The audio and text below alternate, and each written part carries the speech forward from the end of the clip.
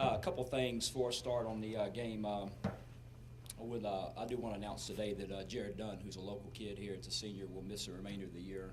Suffered an injury Thursday in practice, and really feel bad for Jared. But we've had conversations, and great young man that should get his degree here in December. So I want to make sure that happens.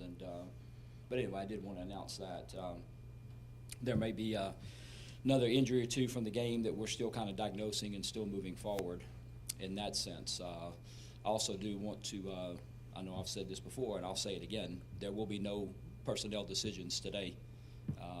They're just not, so don't ask me who the quarterback's going to be, please. We hadn't even talked to them. You know, obviously not going to tell you before we talk to them. Our schedule is we have Sunday off.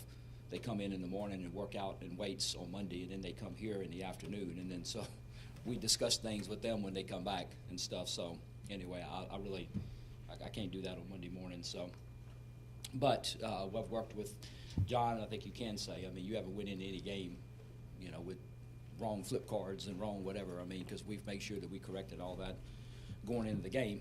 And the other thing is too, obviously, that things happen, like in the case of Jared Dunn. Things happen in practice. You hope they don't happen, but they do. Or a kid might get sick or this or that and have to miss some time or something, and you know, that's just some things happen, which happened last week with Bobby Reynolds, by the way. And so we ended up starting Noah Ramsey and playing, but that was something that actually happened as the week went on last week. Bobby did play in the game, but Noah ended up being the starter, and I know John made that correction and stuff before the game started, but that was literally a game time decision and stuff and moving forward. So anyway, Southern Miss game from our standpoint, you know, mixed bag for sure. Disappointed that we lost. You know, obviously, you know, we don't want to be 0-2, and you know, disappointed in a sense too that, you know, in looking at the game, being at the game, watching the game, it was a winnable game, and we just didn't make enough plays and didn't find ways to win the game. But certainly we're encouraged, I think, however. It appears that both teams are pretty good. If you look at their like opponents and what they've done, you know, we thought, I know Coach Hobson thought that, you know, Southern Miss should beat Kentucky, or certainly had a chance to beat Kentucky, doubled them in total yards and first downs, lost a close game, and as it appears, looks like Kentucky might be pretty good. They went to South Carolina and beat South Carolina. Looks like Memphis might be pretty good. You know, beat a pretty good UCLA team, and we certainly didn't feel as a staff like we were overwhelmed in any game. You know, we certainly had our chances. You know, even the other night, I said we just, you know, so close, we just couldn't make that play. You know, 7-0, then we make it 7-7, then 14-7, then we can't get in from the 1 yard line. Okay, 14-10. They go up 11, we cut it to 7. They go back up 11, we cut it to 4. Not 11, 7, 4. So, you know, we got it to 4 a few times, even once we got behind, and we felt like we have a chance to do it, and we're a play or two away from getting in that. The other thing I'm encouraged by moving forward, again, I don't know, it's too early in the year to assess, you know, how good or how whatever somebody else is or whatever, but I think we've showed really big improvements on our offensive and defensive line when you look at it, because I don't think even close we've been overwhelmed on the line. And when you look at the line and what's happened, and, you know, in terms of running the football, the runs up the middle, pass protecting, stuff like that, I think we've more than held our own there. So I think we're making a lot of progress there on the line as well. So I said mixed, you know, mixed bag for sure. Disappointed we lost. Disappointed that really we lost, you know, a game that, you know, we thought was winnable before the game and after the game. And after watching the tape yesterday morning. So, I mean, nothing has changed my mind on that. But we are encouraged. I do like the way we're competing. I think our kids are playing hard. I think we're more physical this year than when we were. It's just, you know, we have to get our kids in position. It starts with coaches, and then it goes to players. But really, you go back and look at the first 2 weeks, we have not won one 50-50 ball. One. And you know, sooner or later you got to make. I think we were about 0 for 5 the other night. If you go back and look at it, we had guys more open than they had guys, and they made plays, and we didn't make those plays. And that's just something we're going to have to improve on to win, and to beat teams that are you know, teams that traditionally, like these two teams, are been traditional bowl teams and been good teams. You got to make, you know, you have to make those plays. Like I said, number one, it starts with us. We got to get them in position to make those plays, and number two, we got to make them. Simple as that. But anyway, I went back and double-checked, and that is a fact. We ain't won one 50-50 ball yet. And the two games combined, we're 0 for 8 on balls that I consider 50-50 balls. And you got to make your share of those in terms of win, because with press coverage and man-to-man and things like that, you got to be able to win some of those and stuff. So we're excited about playing ULL, and you know, traditionally, I mean, this has been a big rivalry game for the schools, and you know, we have 43 kids from the state of Louisiana, and of course they have a bunch of kids from the state of Louisiana. So I think anytime you put kids together that know each other and played against each other, and we're certainly really familiar with their coaches, and it adds a little bit to the game as well. It also adds a little bit when, you know, your fan base and their fan base can, you know, equally get there and stuff. So, you know, I think it's exciting. You know, more important for us, it's our first conference game for me than anything else, and trying to get our first win is really the most important thing. But when I see them, they have an explosive team. I think they have really good players. When you look at it, I've been impressed with the way their quarterback, Jordan Davis, has played. He's a big kid that can throw it and he can run it. They've been running back by committee. But, you know, whether it's Ragus or Elijah Mitchell, whoever it is, I mean, we know those kids. They're Louisiana kids that we've seen before as well. I think that the one thing that stood out to me this year, also watching them, is their wide receiver core. And we had respect for them last year, but they appear to have more of them. When you look, we obviously knew about Barnes, but I mean the other guys that they've thrown in this year, the Bradley kid, the Jaquette kid, and they consistently, Andre Nunez, not Nunez, the other kid that's really impressed me, that stood out is there's another big kid too that's really stood out in there, the Jackson kid. But if you look at them, they all look like they got height too. You know, I know they're listed at 6'2", 6'3", and they look the part, is what I'm saying when you look at them on tape. Defensively, they've given up some yards. However, I like the way they play. Dylan's a really good kid, really good football player. They actually moved Dylan, who's a preseason all-conference guy, as a defensive end. They moved him to linebacker last week. So he actually played in the middle and was a linebacker, and I thought he did pretty good too, especially for a guy to play there the first week. But he's a really good football player. And the one thing last year, going back through my notes and watching them this year, I was really impressed last year. I thought they had two really good safeties, and both those kids are back this year. And I think it's Walker and Crawford, I think, are the two, and they're both back from last year. And, you know, it's when you do what they do on defense and you do what we do on defense, if you got two guys in the back that can cover up for things, you're a lot better off in terms. So those guys have range. I think they're good tacklers. And anyway, so it's going to be a big test for us. Again, we're just 2 games into this. This will be our 3rd game. You know, as much as we're going to work on Lafayette and work on the Cajuns and work all the stuff they do, I think this is still more about us and trying to continue to improve and, you know, get guys out there with confidence that we can make these plays, because I really believe that. And I told the players this, and whatever, I haven't exactly hid this, but I tell the players this. I think as a football team, we're a lot better. We have a lot better players, but I think it's Bobby Knight that said, it's not how good a player you are, it's how good you play. And we have to continue. I think we have good players. We just have to continue to play better, get guys in positions as coaches to give them an opportunity to play better and pull the trigger and play better in those situations. And a lot of that has to do with confidence and experience, and I think we're getting it each week. So, questions? Coach, here in Caleb's talk on Saturday, he kept referring to there's one missing piece to the puzzle for this team. Do you share that same idea? If you do, what do you think that missing piece of the puzzle is for ULM right now? Well, I don't know. I mean, I don't know about the one. I think you know, and if I knew exactly what it was, I'd already fix it, you know, because but I think you know, from our standpoint, the number one thing is confidence. I mean, I think that we, you know, we have to continue to, you know, build confidence in kids. Like I said, we had chances the other night to make plays. We were right there, you know, make it, whatever. If you miss it, you miss it. Who cares? We'll go to the next play. You know, we'll sort. I always tell them that. Go out and have fun. Play the game the way it's supposed to be played. Go take chances. We'll sort it out tomorrow. You know, let it go.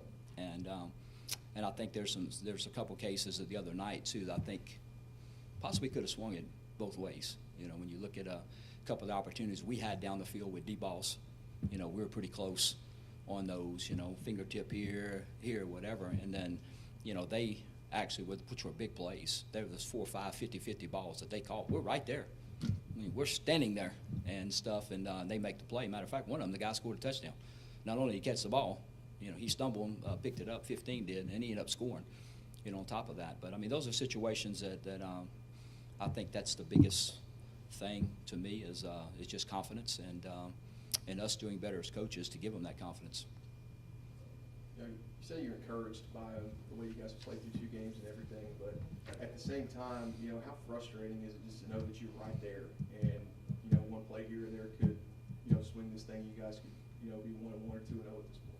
Yeah, I mean, really, I mean, in truth be told, I mean, you don't know the half of it, absolutely, but I also been doing this enough. I say encouraged. Yeah, I'm encouraged by some things, discouraged by the losing part of it, but I've been doing this a long time. I mean, all you can do is wake up Sunday morning and move forward. I mean, you can't linger on it and stuff, and so we're not lingering on it, so to speak. And but I just keep talking to our players more, I think, from an individual standpoint, because most of them come up at some time on Sunday for treatment or whatever. They come up and watch the film on their own and stuff. And so I've talked to a bunch of them. Was here early this morning because we started workouts at 6 a.m. So I made sure I got here and pulled in 2 or 3 here and then pulled in 1 here and then just trying to encourage them.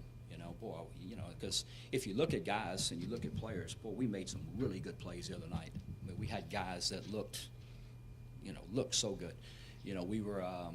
We challenged after the first week, Adam, our kids on our kickoff coverage team, we got after them the other night. I mean, we had guys flying down there.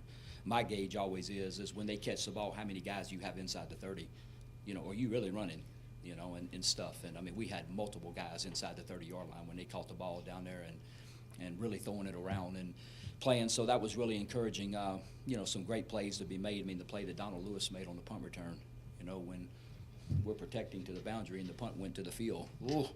And I mean, he runs over there, and so there's a lot of really good plays that we're making. I think we just have to be more consistently, and I'm trying to really, I'm not going to get on them because I think they're playing. I don't ever get on kids that I think are playing hard, and I don't ever get on kids that I think they're trying to do what we tell them to do. As coaches, I put it more on me. If they practice hard, they play hard, they're good kids, we got to figure out a way, and that's what we're trying to do. So I just keep encouraging them. Hey, you're a good player, which I think we do. Like I said, I think we got good players. But at the end of the day, I've always believed in that. I think it's Bobby Knight. It's how you play. It's not about how good you are; it's how good you play. And we just have to get them to have that confidence to go out there and make those plays, and I think we can. Coach, I know you said you can't make personnel decisions, obviously, but on Saturday night, with Garrett and Caleb not really having a chance to throw it as much out there, I think like 112 yards combined between the two. How easy or how difficult is it to gauge, who had the better performance out there on Saturday night in terms of the quarterbacks? Well, the thing is we felt like we'd missed some passes, in the first half that kind of got us there. They were crowding the box. We needed to throw the ball. So we felt like in the game, I know Cube did too, we came at the half that quarterback was going to have to run the ball. And right now in the situation we're in, Caleb gave us the best chance to do that and stuff because – they played man. They cheated a guy. I mean, they cheated weak. They cheated strong. I mean, they had extra guys in the box. And when you do that, you better be able to account for that. So we felt like that, in the second half, we ran more quarterback runs and stuff. And we felt like, Caleb was the guy at that time. And, did he look fast. I mean, that was an incredible play that he made and stuff. I think he's only going to continue to get better, too. When you look at the numbers, now you mentioned that you think the defensive line's improved well. You're not getting overwhelmed there, but Ito Smith goes for over 200 yards again, and the run defense still continues to be a problem. As we discussed, teams kind of figured out they can get foot to foot and just line up and go. So, how do you get that fixed? I don't think we're getting moved. I don't think we're getting moved off the ball. I think they're kicking it out to the perimeter. And he's a good football player. I'll give him that. I mean, he made some good moves. But even in the Memphis game, the ball's getting kicked out to the perimeter, and guys are making plays. We were in some games last year, to be honest with you, Arkansas State, Appalachian State. I mean, we just New Mexico, Lord. I mean, we're just getting mowed, And I mean, whatever they run the ball right up the middle, and stuff. But it's the next phase of that thing. I think we're holding our own there. Is what I'm saying. We're holding the point. We're doing some stuff. Caleb Tucker had a couple of nice pressures the other night. Kerry Stark came in, had a sack. We didn't have much of that last year with our front guys, sacks with our front guys without blitzing, without doing stuff. So that's encouraging. From the O-line standpoint, we got to run the football better, but I don't see us getting, I mean, we got a chance. We got to tweak some things here and there, but we're playing guys and stuff. So just, looking at things and trying to see if I think we're progressing, so to speak. I think we've progressed on the lines. Do we have some stuff to fix? Well, no doubt.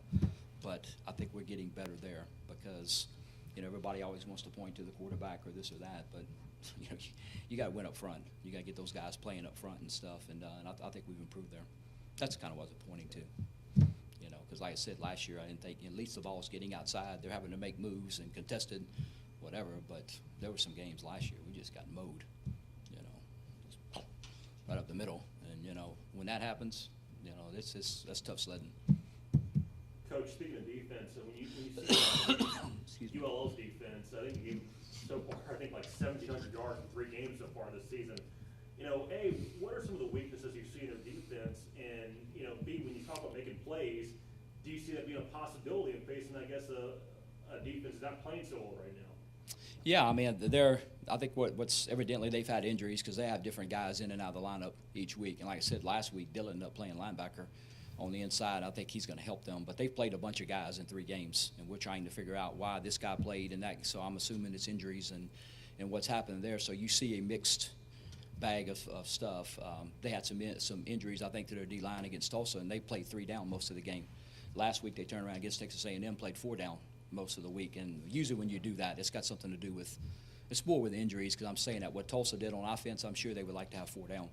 And however, I will say this, we're looking at it from a standpoint of their players and their whatever. And, Texas A&M's pretty good, and I love Tulsa and stuff. That's one of the teams actually that we chose that I did in the offseason to study and got all their stuff and looked at all their stuff, and they can do it now. I mean, they're a good football team and stuff. But one of the biggest problems they have right now defensively is the same problem we had the other night. They got to figure out a way to get off the field on 3rd down, and that's a problem. And like I said, that's kind of what you go back and watch us the other day, and what'd they convert? 3rd and 17, 3rd and 15, 3rd and 12, 3rd and 11. That was just what I remember off the top of my head. And you got to get off the field. You give them that extra down, whether it's they get it or whether it's by a penalty or whatever. And and they're having a problem with that right now too, because I think they got really good players and they make good plays. But if they can get off the field on 3rd down, they're going to have a really good defensive football team before it's over, I believe. Piggyback on that a little bit, what you're saying, that their struggles on defense is more a product of who they played rather than personnel. I don't know. I mean, I'm sure, I haven't necessarily looked at that much in depth. I'm sure their coaches have.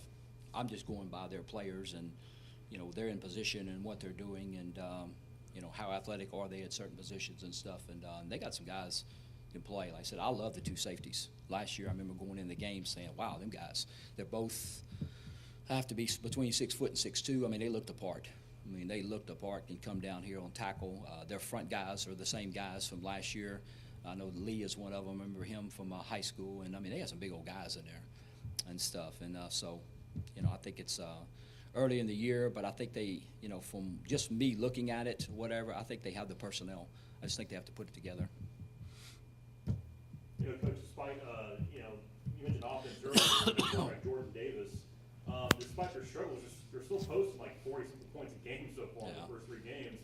What does their offense do that's so special? I know you mentioned the wide receivers earlier who were returning this year. What else do you see in their offense that makes them so special? I think balance, really. When you look at them right now, you look at what they're doing in the first 3 weeks.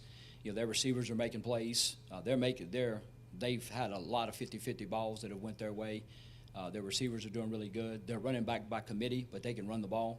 There's a bunch of guys with Ragus as a starter and Elijah Mitchell and Calais from Cecilia. We know these guys, and they're built a lot like our guys are. They're not tall, but they're stocky guys that can run, and they're making plays. And then Davis is making plays with his legs too.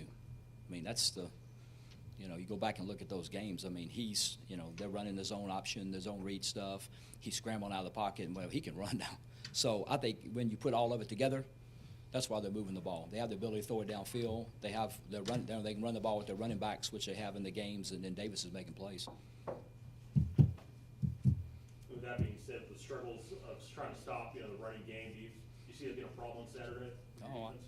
Yeah, I mean, I see a bunch of things that are potential problems, but, and that's just football. But I think, we'll have a good week, and our kids will go out and, and play and stuff. But sure, I mean, they have players that, they got good coaches and good players. So, yeah, they're going to present us problems and stuff, and that's just, that's just part of it. We got to make sure we get our kids in positions and play good, and maybe we can, create some problems for them too. That's what we're trying to do. But no, they have plenty, to Chris, to give us problems, no doubt. Coach, obviously you watched film on these guys, but were you watching, I gotta ask, were you watching live on Saturday? I watched the first half Okay. of their game or whatever. I actually went home and not the whole first half, but we had our walkthroughs and breakfast up here, and they started at 11. So I went and watched maybe the first quarter and a half, and 'cause I remember being back here like at 12:45 or something. So I just watched a little bit, but it's nothing like being able to fast forward it and back it up and frame it, and so I was just kind of watching really the overall mechanics of what they were doing, and things that you can see on TV sometimes that you can't see on tape. How are they communicating? What is their tempo really? Because when you watch film, the game cuts in when the play's about to start. And then how did they get to that? Did they call this and then they checked out, then they got to that? Because sometimes really when you get the game cut up, well, you just see that, but they went from this to that. How'd they do that? And stuff. So I'll watch the games really just for that. Just to kind of watch, some of the things, defensively, when you check on offense, are they rechecking? If you go as a quarterback and you look at the defense and you don't like it, or do you look to the sideline?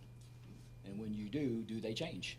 And you can see that on a TV copy. Sometimes it's hard to see that on tape copy. You just see the result, but how'd they get there and stuff? So I enjoy watching actually the TV, but I watch it for different reasons. I'm trying to watch, the stuff, and as I used to say I used to at McNeese, I used to do the what do you call it, the football 101 with the ladies. Would come up there and I would teach them all that, how to watch a game, and they can impress their husbands if they can find the mic and all that, and declare the front, and while they're doing all that and stuff. And I used to get great feedback from that. They come back and tell me, I told my husband, Tom Brady identified the mic, and they was going to switch the protection over there. And while they were doing all that, and things you can see on TV, you can hear the verbiage and you can hear the communication and stuff. So anyway, You gonna do that here at ULM? what's that? You do that here at ULM? I too? might, something they started over there, and they would come up and whatever, and we would go through, we'd go through basic football and stuff. It was fun. Anything else Yeah. for Coach? Thank y'all. Appreciate it.